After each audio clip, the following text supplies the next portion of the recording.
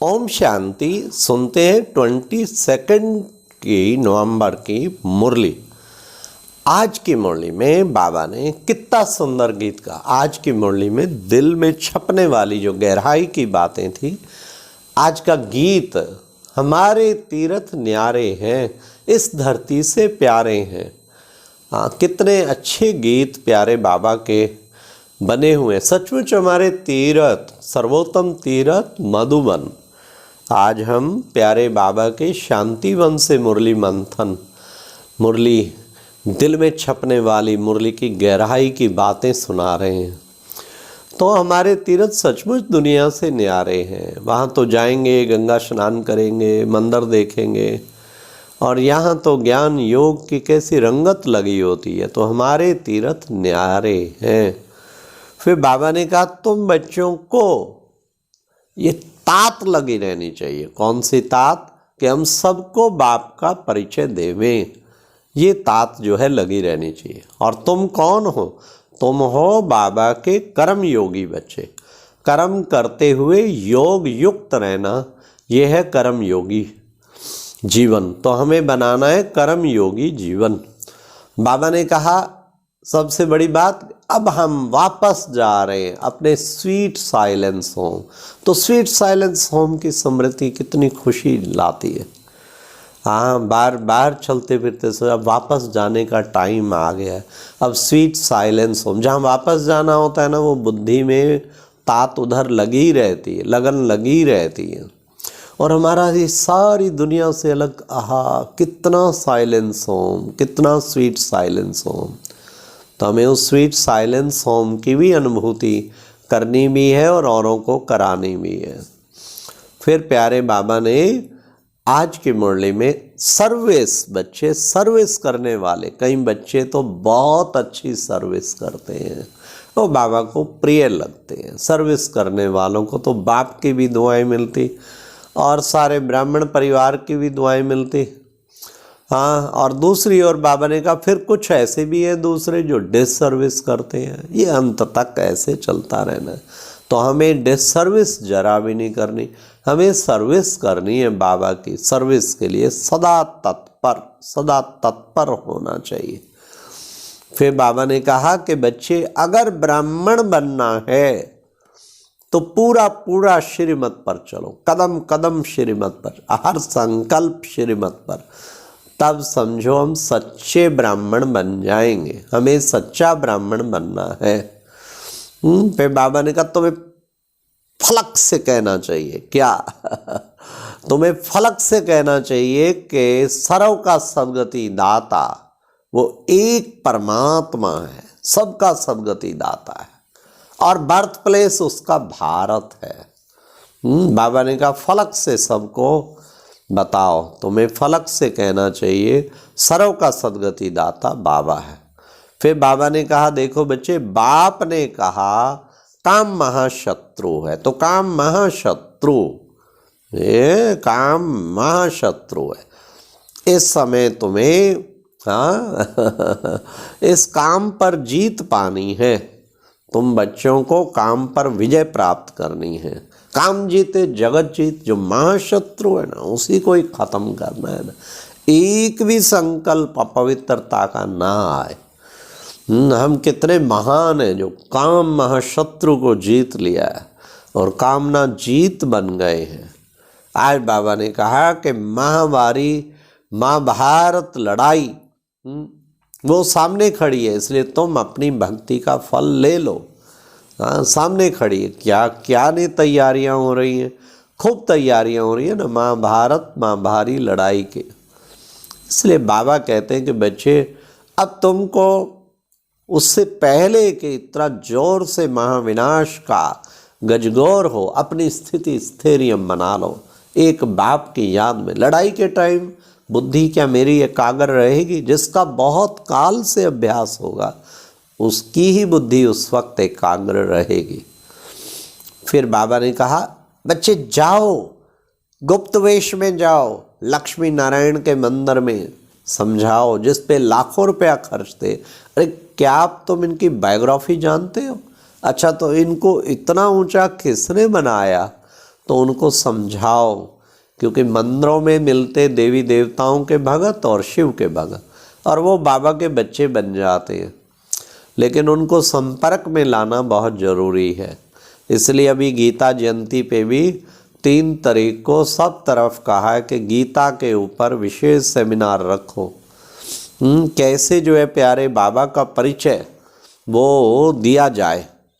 फिर बाबा ने आज कहा कि बच्चे, तुम बच्चे विशेष जो है, देखो बच्चे, नशे से कहना चाहिए क्या, हम शिव बाबा के पोतरे हैं और ब्रह्मा के बेटे ब्रह्मा का बेटा, छोटी बात है कि प्रजापिता ब्रह्मा का बेटा और शिव बाबा के पोतरे हैं। तो सबको ये नशा सुना, तो वर्षा मिलेगा दादे से इसलिए दादे से वर्षा लेना है। फिर बाबा ने कहा माम एकम याद करो तो तुम मनुष्य से देवता बन जाएंगे। चलते फिरते उठते बैठते बच्चों को क्या करना है, एक बाबा को याद करना है और कोई याद ना है, क्योंकि बाबा कहते तुम मेरी याद से ही कंचन बनेंगे, तुम्हारी स्थिति स्थिरियम हो जाएगी, तुम याद के बल द्वारा ही औरों को भी प्रसन्न कर पाएंगे। याद ही सबसे बड़ी चीज़ है। याद से तमो प्रधान से सतो प्रधान बन जाएंगे। आज बाबा ने टाइटल दिया कि तुम कर्म योगी हो ना, बैठा बैठा योगी नहीं, कर्म योगी, मतलब बैठ के नहीं, कर्म करते हुए योगी। तो ये बाबा ने कितना अच्छा योगी जीवन पे बताया कि बच्चे 4 घंटा 6 घंटा योग लगाने वाले नहीं, बल्कि कर्म योगी, कर्म करते हुए निरंतर याद रहे। आपके जीवन को देख के कोई कहे कि ये है वास्तव में कर्म योगी जीवन। बाबा ने कहा तुम राखी बांधने जाती हो तो समझते हैं भीख मांगने आई है, इसलिए पहले ही मना कर देते हैं, टाइम नहीं है। हाँ, पहला ज़माना था जब ऐसे करते थे, अब तो बड़ी खुशी से बंधाते हैं और उन्हें पता भी है कि कुछ नहीं लेती हैं, ये तो विकारों का दान लेती है और जो कि अच्छी बात है। सारे विश्व भर में राखी मनाई जाती, लाखों करोड़ों की कलाई पे राखी बांधी जाती, लेकिन उनसे बुराई छुड़ाई जाती और कुछ नहीं लेते। तब बाबा ने कहा अच्छा बच्चे, सफ़ेद ड्रेस में नहीं, तुम किसी और ड्रेस में जाओ, ऑफिशियल कलर ड्रेस में जाओ। जो घर गृहस्थ में रहने वाले हैं उनके लिए बाबा कहते हैं तो मतलब ये प्यारे बाबा ने हम बच्चों को कितनी सुंदर शिक्षाएं दे रहे हैं बाबा कि एक एक शिक्षा तुम बच्चों को धारण करनी है और उसको धारण करके फिर तुम बच्चों को औरों को भी धारण करानी है। तो ये है प्यारे बाबा के। और फिर बाबा ने आज सबसे बड़ी बात ये कही कि बच्चे, स्मृति, मैं शब्द की स्मृति के द्वारा अपने ओरिजिनल स्वरूप में स्थित होने वाले देह के बंधन से मुक्त भाव, मैं शब्द की स्मृति ही उल्टा गिरा देती, उल्टा लटका देती, और मैं शब्द की स्मृति ओरिजिनल स्वरूप में टिका देती।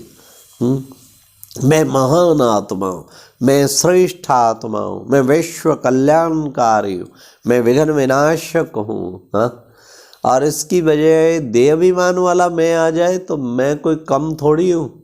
अरे तुम मुझे जानते नहीं, मुझे जान जाओगे ना तुम फिर ठीक बिहेव करोगे अरे मैं सब जानता हूँ, मुझे बहुत ज्ञान है, मुझे ज्ञान देने की ज़रूरत नहीं है।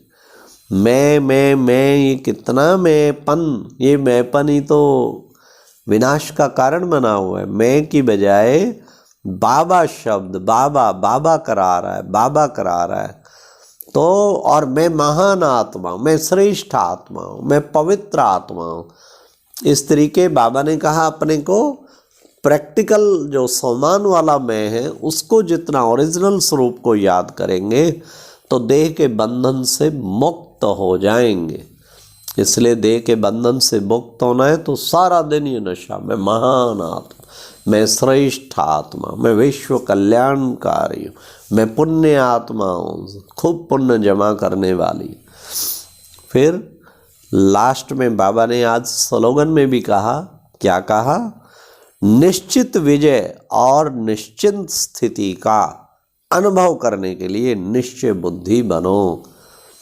निश्चित विजय हो, 100% विजय, विक्ट्री इज बर्थ राइट, विजय मेरा जन्मसिद्ध अधिकार है। और निश्चिंत स्थिति, चिंता न लगी हो, ये करना वो करना वो करना, निश्चिंत स्थिति, दोनों ही अगर हमारे अंदर हैं तो फिर उसको अनुभव करने के लिए निश्चय बुद्धि बनो।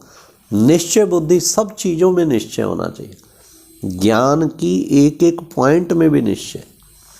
मैं आत्मा हूँ, जैसे मैं आत्मा हूँ, आत्मा में किस तरह फिक्स पार्ट भरा हुआ है, ये भी निश्चय। और वो बिल्कुल अनादि अविनाशी ड्रामा चलता रहता है, ये भी निश्चय। हर बात में निश्चय पक्का। ऐसे एक एक पॉइंट, बाबा पे निश्चय, बाबा कैसे आके सबका कल्याण कर रहा है उस पे निश्चय, पवित्र जीवन व्यतीत करने पे निश्चय, पवित्रता ही सबसे श्रेष्ठ खजाना है उस पे निश्चय।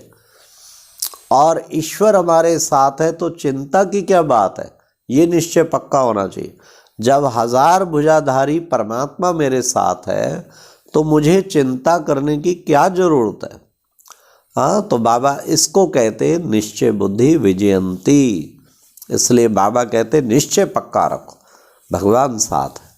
फिर आज बाबा ने मुरली में ये भी कहा कि बच्चों को ऐसी ऐसी जगह जाना चाहिए जो बड़े बड़ों की सेवा करे, क्योंकि उनका आवाज़ निकलता है। कई लोग कहते हैं आप क्यों वीआईपी को प्रोग्राम्स में बुलाते हो, वीआईपी आपको पता है इनका जीवन ऐसा ही है, ये कोई बहनों के साथ बैठने के योग्य भी नहीं है।